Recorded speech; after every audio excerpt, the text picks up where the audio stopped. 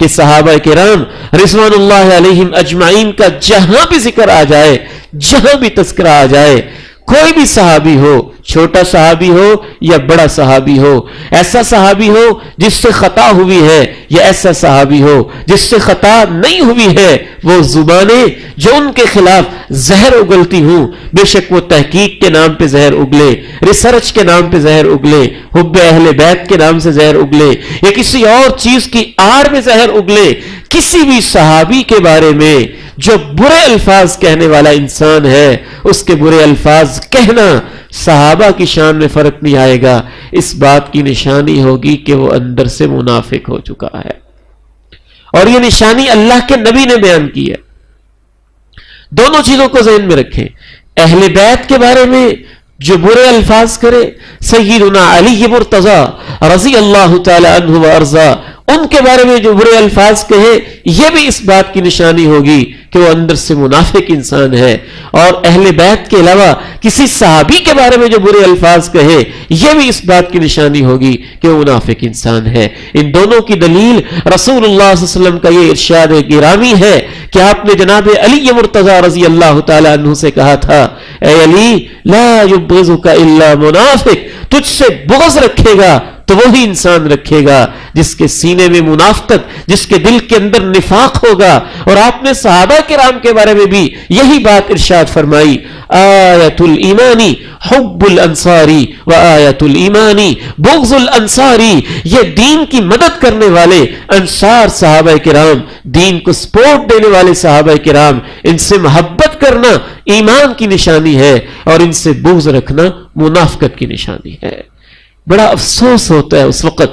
جب social media کے اوپر، مختلف جگہوں کے اوپر، مختلف اندازوں سے، مختلف بہانوں سے، مختلف طریقوں سے آپ کے پاس تحقیق کرنے کے لیے، کیچڑ اچھالنے کے لیے صحابی کی شخصیت ہی بچی ہے،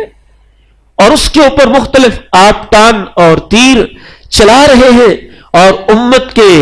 مندمل جو زخم ہیں ان کو ازسر نو تازہ کر رہے ہیں، اور صحابہ کے آپس کے اختلافات کو اچھال رہے ہیں۔ اسی وجہ سے اہل السنہ والجماعہ کا یہ چوتھا اصول ذہن میں رکھیے کہ صحابہ کرام کا اگر آپس میں کسی معاملے کے اندر اختلاف ہوا ہے تو ان کا آپس میں اختلاف ہے، ہمیں یہ زیب نہیں دیتا کہ اس اختلاف کی وجہ سے ہم کسی صحابی کے اوپر حرف زنی کرتے ہوئے اس سے بغض رکھنے لگ جائیں۔ بالکل میں کبھی کبھی اس کی مثال ایسے ہی دیا کرتا ہوں کہ اگر میرے ماں باپ کا گھر کے اندر اختلاف ہو گیا ہے تو ان کا آپس میں اختلاف ہے، لیکن اس وجہ سے میں یہ کہوں سر عام اپنی ماں کو، ماں کی کردار کے اوپر تبصرے کروں یا باپ کے کردار پہ تبصرے کروں تو میں احمق اور بے وقوف انسان ہوں گا، اور اس سے بڑا احمق اور بے وقوف انسان وہ ہوگا جو صحابہ کرام کے باہمی اختلافات کو اچھالے اور ان کو اپنی تحقیق کا موضوع بنائے، اور کسی کو نعوذ باللہ جہنمی قرار دے، کسی کو منافق قرار دے، کسی کو مرتد قرار دے، کسی کو کافر قرار دے، کسی کو کیا قرار دے۔ وہ تو صحابہ کرام ہیں، ان کے ایمان کی گارنٹی تو اللہ نے دے دی ہے۔ یہ جو تحقیق کے نام پہ یہ کام کرے گا اس کا اپنا ایمان خطرے میں ہوگا۔ اسی لیے